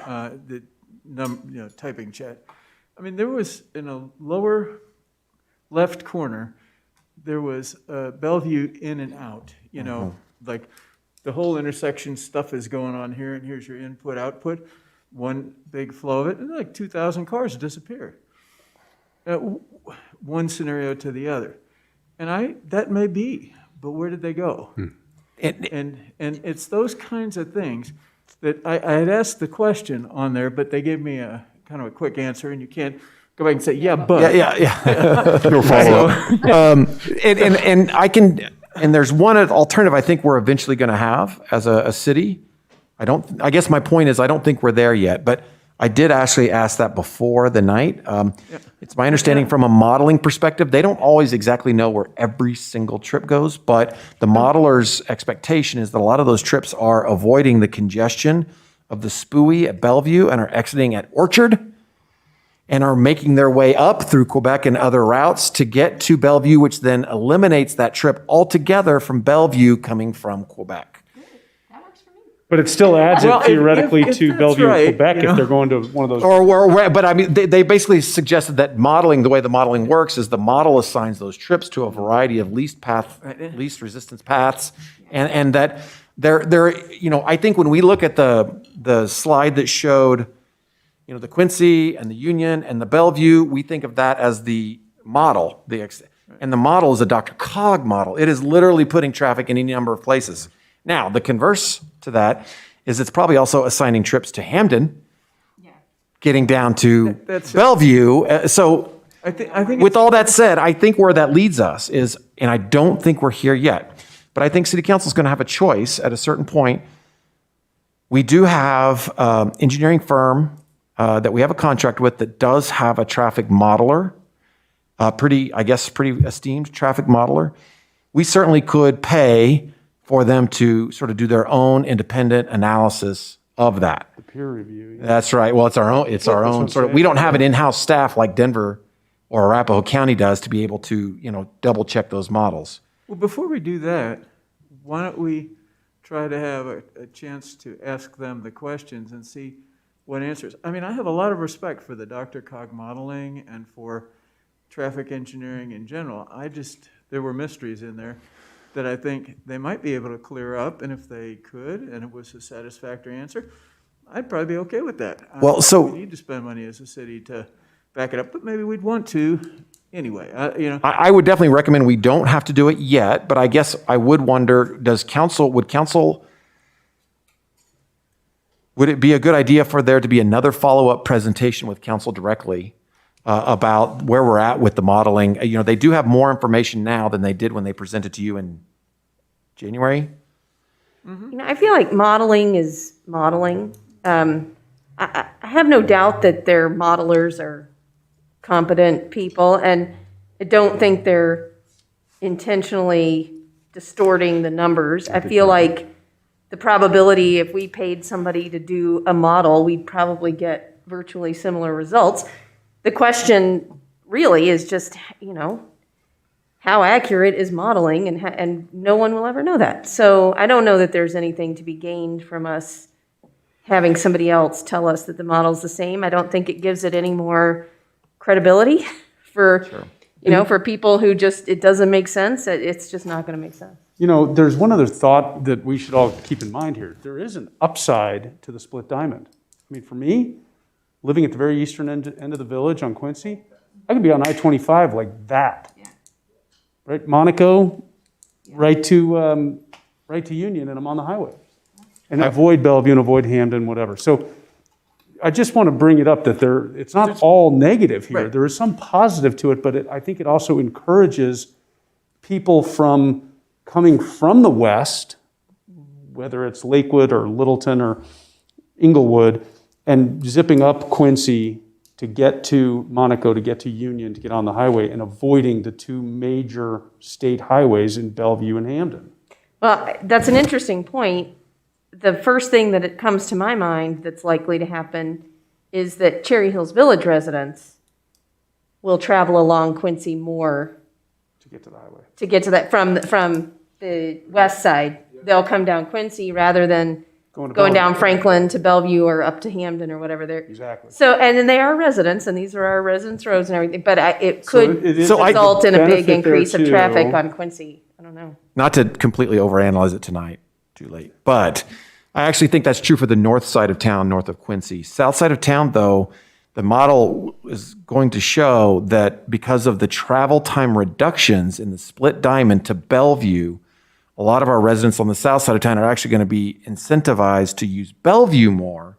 So when you looked at that survey result from the split diamond portion of the presentation, it was a polar opposite. There were mostly against it, but there was about 30% in favor of it. The team talked about it later, and the assumption was that those are commuters. No, very few people are going to look at this at a holistic level and say, well, what operates the most efficiently for the entire area? They're going to say, well, what does it mean for my commute? And so there are commuters who utilize Bellevue who probably think the split diamond is going to represent an improvement. Right. Cut down on and some so traffic time. That's exactly right. And those are certainly Cherry Hills Village residents that fall into that category. It will do that. The split diamond will improve Bellevue. That is kind of its attribute. But it's going to wreck, I would think it's going to wreck Union. So with the SPUI. Well, the SPUI won't wreck Union, because SPUI, No, the SPUI will help the traffic flow at Bellevue. not as much. No, it's gonna just be the same. It's not gonna change the Bellevue traffic, because I think it was a 4-minute travel time difference between the SPUI and the split diamond. All right, so that was it on that. I would suggest that I would not be opposed to having them come back in if we could get them to come back in again. And if we do that, I just want to make sure the last thing we want, or our predecessors in 2 or 4 years or whatever it is, the last thing we want are people coming in here saying, how on earth did council stand by and be idle on this and let this atrocity happen? So I do want to make sure that, I know we posted and published and websited and did a bunch of stuff in the crier and everything for this Zoom call, that we got 24 maybe? how many were on our Zoom call? Were there 30? The total, I think, was 32, but you have to remember that some of those were council members. Half of them were staff and council. Staff and council, about half, yeah. So, I mean, there was 15 people maybe on the thing that were residents, maybe. Maybe some curiosity. Right, and who knows, maybe CDOT. some of the people were stacked by Wilson and Company. They put some, Zoomers on there. Anyway, I would just suggest that if we do have another opportunity for Wilson to come in and present, we put signs up all over the place, and important traffic meeting, Tuesday, the blank of whatever month, here at City Hall. Hopefully it's when COVID is kind of past us and we can have more people in the room.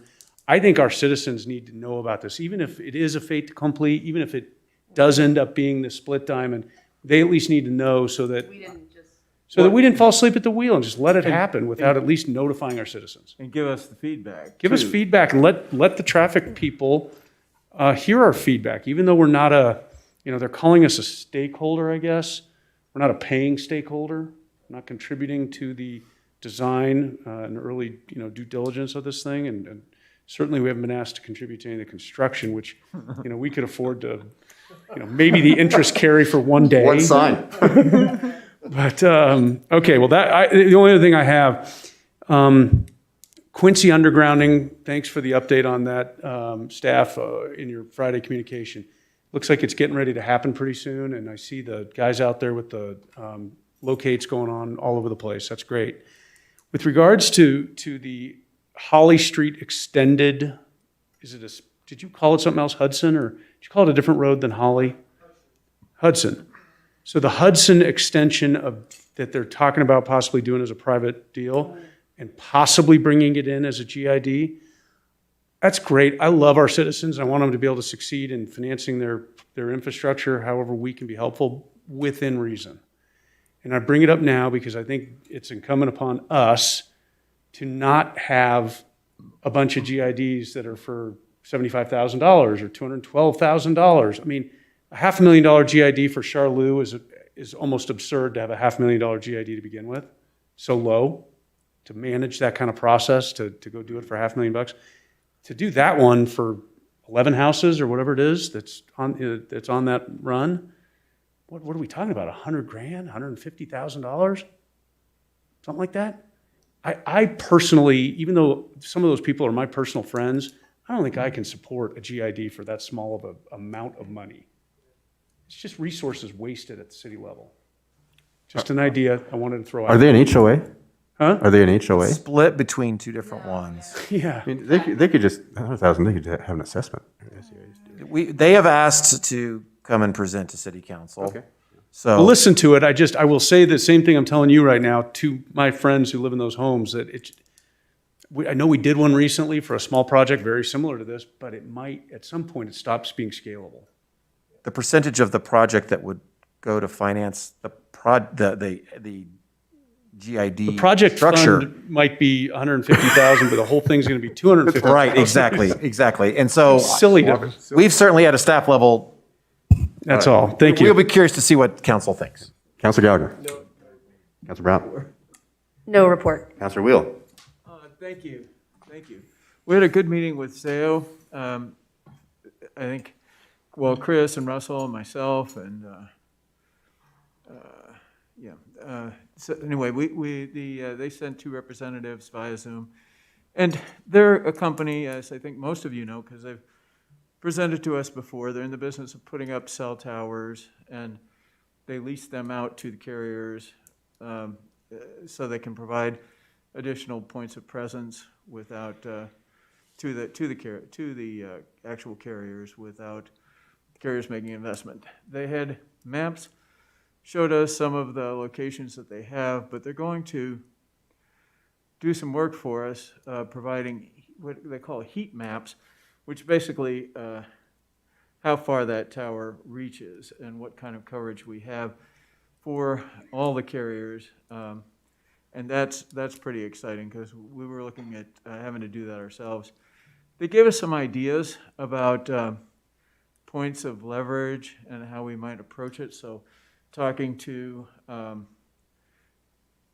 coming up with a proposal for right-of-ways and how we might, they're looking for the city more or less to say, we'll cooperate if you guys can sell this to your carriers. And in that way, we might be able to actually get some traction and better density and so on.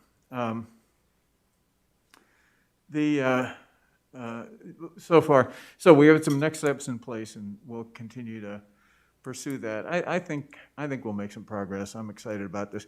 Little bit of turmoil between 4G, 5G, and Sprint and T-Mobile mergers that has to be sorted out as well, but that too, all in time. The second item, a little bit of recognition. Dr. Cog sent Mr. Goldie a letter saying that the city of Cherry Hills Village is to be congratulated as one of the agencies that have previously made commitments to future street sanding and sweeping practices. Dr. Cog gets interested in that because air quality is an issue in determination of road improvements and projects as well. So they were certainly happy with the job that we have been doing in that respect, and I thought I'd want to read that into the record. The Bellevue Median project is one that we're trying to work to take out a bit of a strip that sort of lost its reason for being, a bit of a median strip. It was originally designed to accommodate large flows out of Glenmore that were intended ultimately to be eastbound, but they would be moved out on the westbound side and put in a turn pocket, queued up, and then could do U-turns and go eastbound. Well, with the new traffic light, that need has been obviated. The latest estimates for ripping out about 60 feet of that concrete and paving over it are something like $185,000. And I know Jay is just about as incensed as I am with that being, shall we say, a little on the high side. So we've got a plan B that we're trying to execute, and Jay is starting to work on the paperwork so we can get that cost down. I mean, it wouldn't be worth it to the homeowners, but at the same time, I think we can accomplish the objective for a whole lot less. That's all I have. Thank you. Councilor Savabi. No report other than, Chris, I appreciate you sending us and updating us on the information around the COVID. On Friday, you provided some more detail. Again, I just want to encourage our citizens, keep wearing the mask, and November, December, January are predicted to be really not good. So I just leave it as that, and just everybody stay safe. That's all. Thank you. City Manager.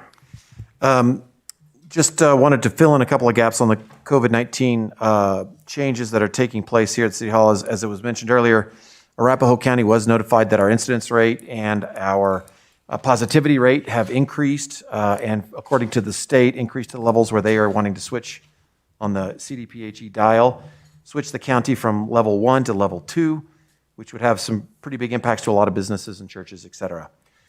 As a result, the county is trying to preemptively get ahead of that by implementing some measures that they hope keep that dial from changing. And you saw that order from Friday. The other one that we didn't discuss earlier was for those office spaces that can work remotely, that they're requesting, what they really are requesting, they started off with as a 50% minimum. And then they decided to make it just to the extent you can, hoping they get more than 50%. It's that serious. As a result, as you all know, but as the public may not, City Hall is changed, and we are for City Hall, not for Public Works or PD. We are changing to a 50% in the office starting today, actually. So we will still be open to the public. We will still have court, although we are making some modifications to that as well to reduce interactions here in the building. So there may be times that if you're looking for a specific staff person, it will be more like April, and you may need to call them, and we can do Zoom. But there may be other days that they're on here. So for typical staff, they're going to be on one day, off one day, and so it'll alternate that way. So those have gone into effect.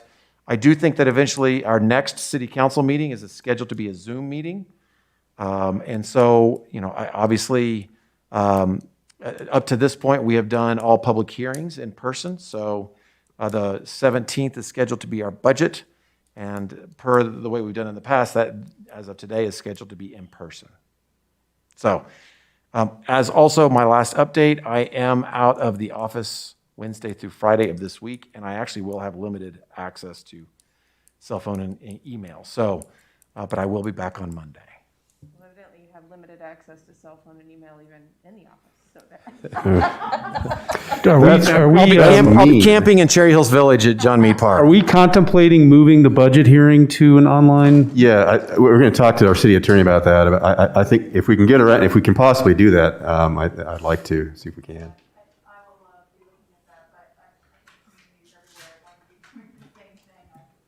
Yeah. I do too, and I got to tell you, I mean, all the public hearings for land use cases, not that we have almost any of those, but they're almost exclusively all online. They're done by Zoom. So for us to hear an upcoming case of any kind, I don't think we need to feel obligated to be in this room to do it.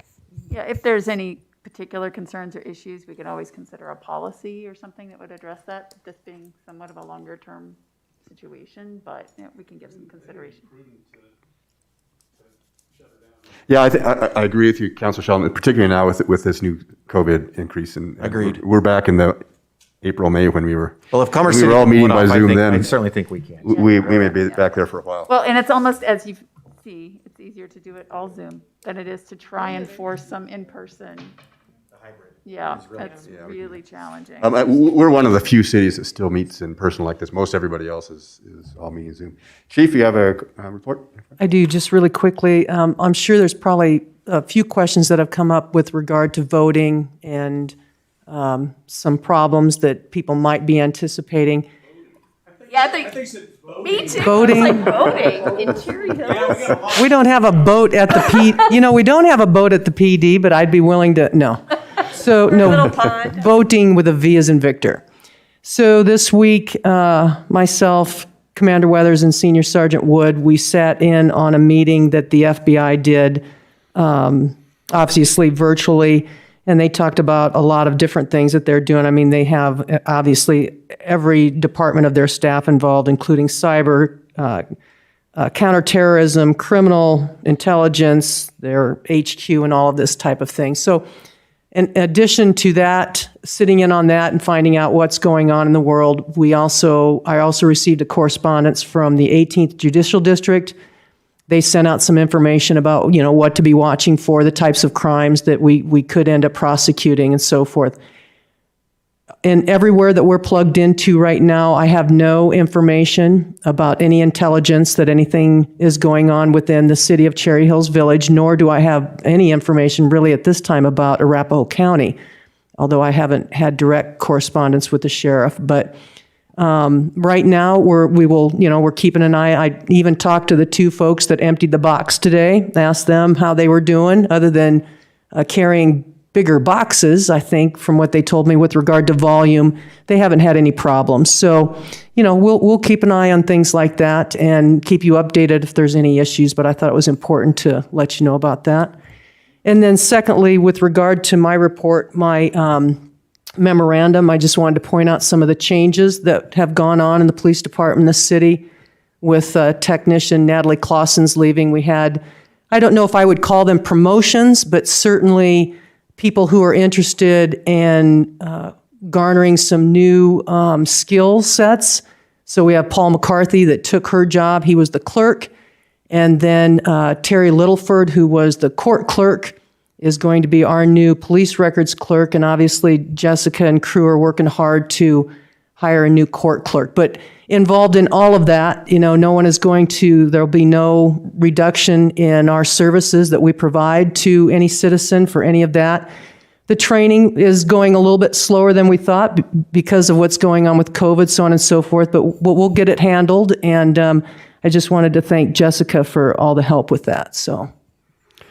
I forgot to mention or ask to Chief or the city manager maybe about Caribou and its schedule. Is there anything about? So the landlords has a contractor who's reached out to our building division, and we have provided them all the information that they need to be able to submit their permits, but they do not have clearance to open the facility as a whole yet. We have reached out to Caribou directly in an effort to provide every service and answer any question that we possibly can, and we have yet to hear back from them. So we are trying to do our best to give them, hand it over on a silver platter, but they do need to take some proactive steps with us. Okay. Well, I'm glad to hear that we're helping them because they're, let's try to help them if we can. And it's a bad situation. And maybe when we do know a date that they're reopen, if we can help them and say, push it out on message me so everybody knows when to expect it open. Yeah, it'd be great.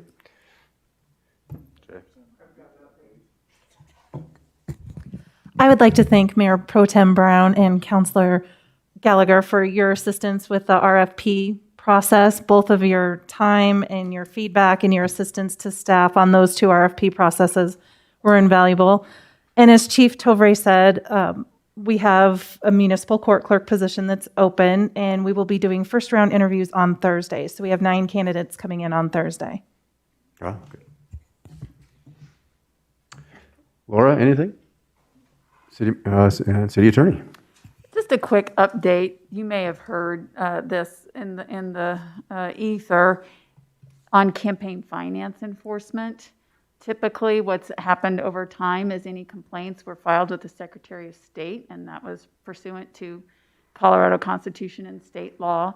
But due to some developments in the federal courts, it's found that those enforcement provisions were unconstitutional. There's been some statutory changes and rule changes by the Secretary of State that now say that any municipal campaign finance matter must be filed directly with the municipal clerk. And so there's going to be a need for a process in place to handle those complaints should any be filed. We were fortunate here. The election was canceled this year. It was a non-issue, and we've got some leeway. But I just wanted to alert you to this fact that it's going to be on the radar screen at some point before the next election. If that's regularly on schedule, we've got plenty of time. If there's a special, we need to get it in place before then for some reason. So they're pushing down to the municipal clerks to make decisions on campaign finance violations or not? That are municipal. Municipal, yeah. Mm-hmm. Okay. Ballot issues, candidates, everything. So it's a very interesting development. Want to just put that on your radar screens. All right. If there's nothing more, I think we have next on the agenda is move into executive session. Yep, and I just want to point out that this is going to be a little bit different from what's written on your agenda. So I move to go into executive session under CRS section 24-6-4024B to receive legal advice regarding the city's real property interests pertaining to city bridle paths and CRS Sections 24-64024A, 24-64024B, and 24-64024E for the purpose of discussing the possible transfer or sale of real property interests, determining positions relative to matters that may be subject to negotiations, developing strategy for negotiations, and instructing negotiators, and for receiving legal advice from the city attorney regarding the potential transfer of Quincy Farm to the family of Catherine Anderson. I further move to adjourn the city council meeting at the conclusion of the executive session. Second. Motion is second. We need a roll call. Counselor Safavi? Yes. Counselor Wheel? Yes. Counselor Brown? Yes? Counselor Gallagher? Yes. Counselor Sheldon? Yes. And Counselor Blum's gone. Passes. We will proceed into executive session and be adjourned immediately after the conclusion of that session. See you guys next week. Yeah. No, not you guys. No, not- See you next week. Well, not you. Not you. You're coming. Yeah. Yeah. Do you want me to take that? Yeah.